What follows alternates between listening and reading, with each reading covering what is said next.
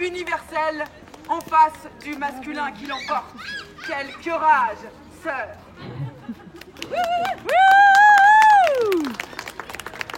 Oyez, oyez, oyez! Avis à la population!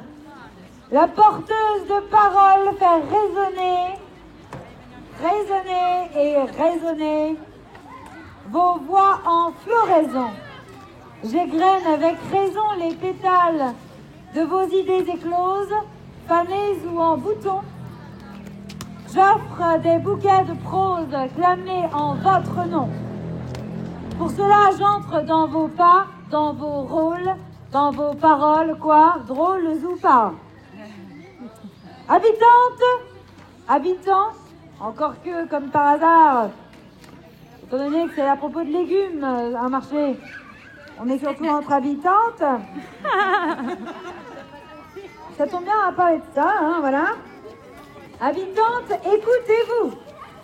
L'on vous a demandé ce que vous pensiez de la charge mentale et du partage des tâches ménagères. Monsieur, là-bas, on vous voit aussi. Comment ça se fait que vous n'êtes pas au marché, vous? Bon. Doucement, très doucement, pour ne pas nommer l'exploitation et l'esclavage domestique des femmes au profit des hommes. Ce serait plus vrai de nommer ça comme ça, mais ce serait aussi mettre les pieds dans le plat, les plats que ces messieurs ni ne cuisinent, ni ne récurent. Bon. Alors soit, 3 scènes vont sur cette terrasse, les clichés terrassés. Commençons par donner la parole aux femmes, c'est chic. Nous à qui les hommes la coupent si souvent, la parole et la chic. 11 février, habitante. Vous avez déclaré. Moi, il m'aide. Alors, mais c'est que Robert vous fait croire, madame, que le ménage n'est que votre affaire. Car aider une personne vraiment, c'est lui rendre service à elle seulement. Or, Robert salit, oh oui, il mange, même englouti. Et il a des enfants, lui aussi. Robert cesse de nous exploiter et fait à juste part de corvée. Une autre dit, à la maison, je dois lui dire quoi faire pour m'aider. Alors, en plus de ne prétendre qu'aider, c'est dans la tête de madame que Robert fait peser les tâches entêtantes de la charge de les lui rappeler au quotidien, d'insister, souvent en vain.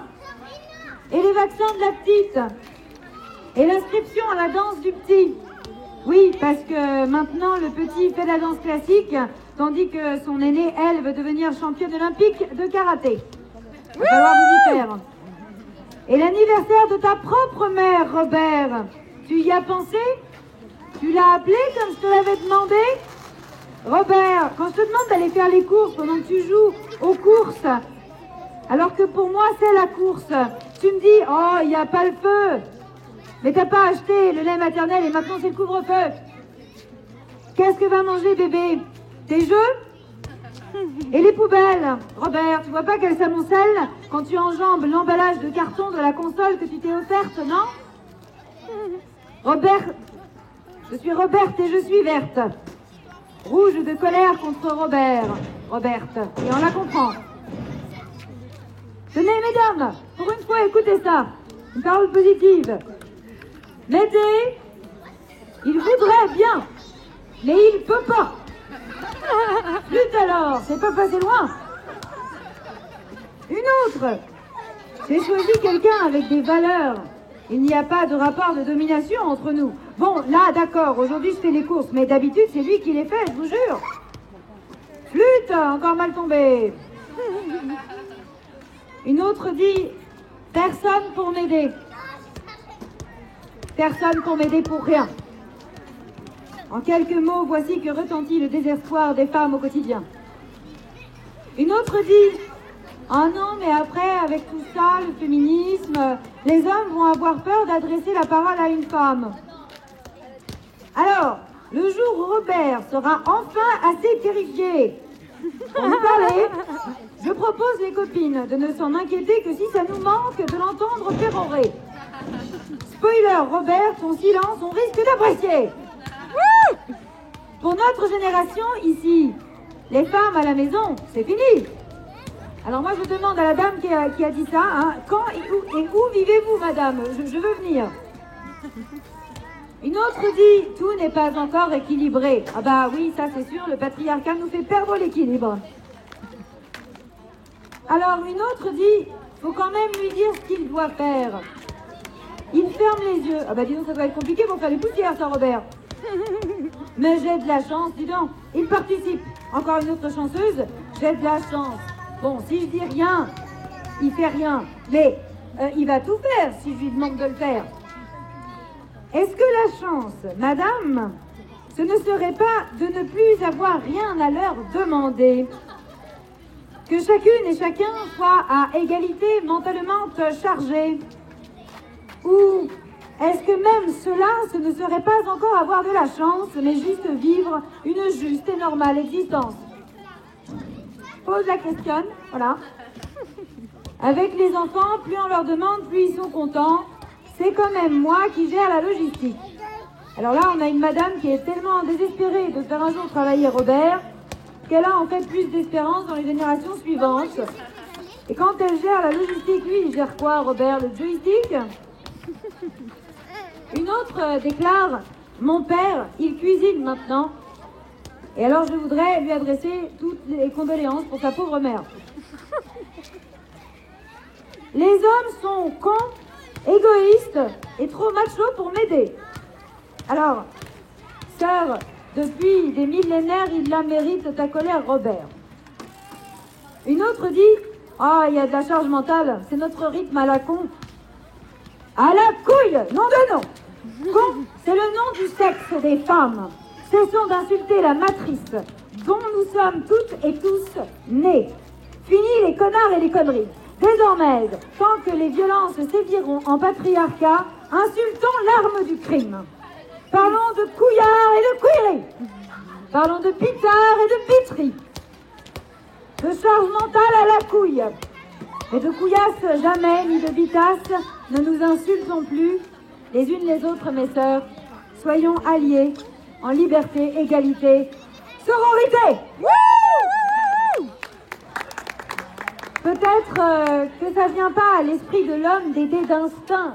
Faut lui dire. Oui, alors l'instinct, bon. Les femmes, elles savent toujours d'instinct quand est-ce qu'il faut acheter du pain. C'est drôle. Qu'est-ce qu'il pense, Robert? Que le chromosome X, dessus, les femmes ont un gène de ménagère? Ou est-ce que sur leur chromosome Y, il serait atrophié la partie empathie?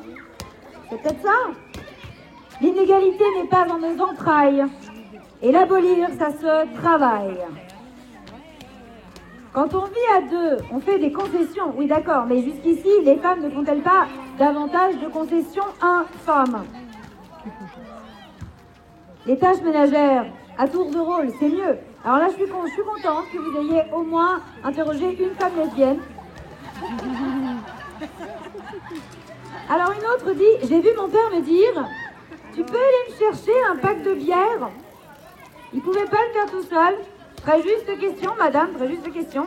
Et oui, Robert, Robert c'est aussi un père.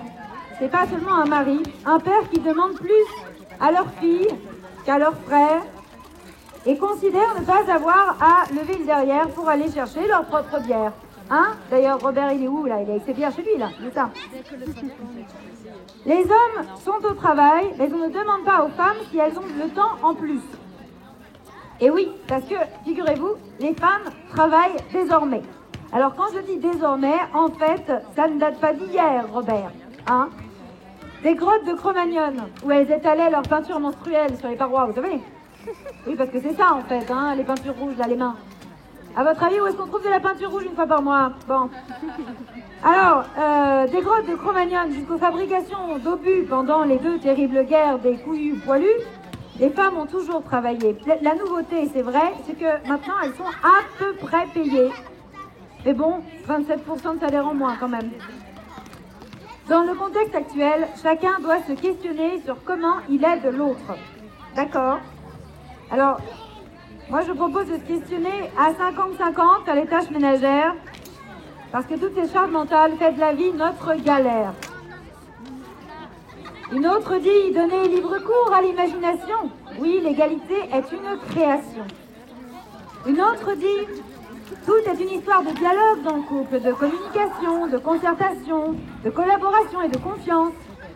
On lui fait confiance sur les tâches qui lui incombent. S'il fait quelque chose, il le fait comme il veut. Oui, enfin, la confiance, on la donne quand on a la preuve des compétences et de la bonne volonté. C'est comme en science. Il faut des preuves. Une autre dit « Je délègue, mais je veux que ce soit fait comme je veux ».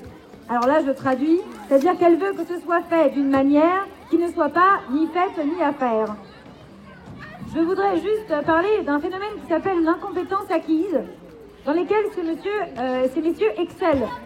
C'est-à-dire qu'en fait, vous avez, et ça c'est vraiment une histoire qui est arrivée, à la NASA, une femme astronaute qui était en conférence devant un panel de la NASA, voilà, et puis à côté d'elle, il y avait un autre astronaute qui se trouvait être son mari. Sauf que là, c'était elle qui revenait d'une mission sur Mir de plusieurs semaines. Et donc, une personne dans l'assistance lui demande comment c'est d'être en couple alors que vous ne partez pas ensemble dans la station Mir. Et là, elle l'a affiché modèle géant en disant, en fait, c'est simple.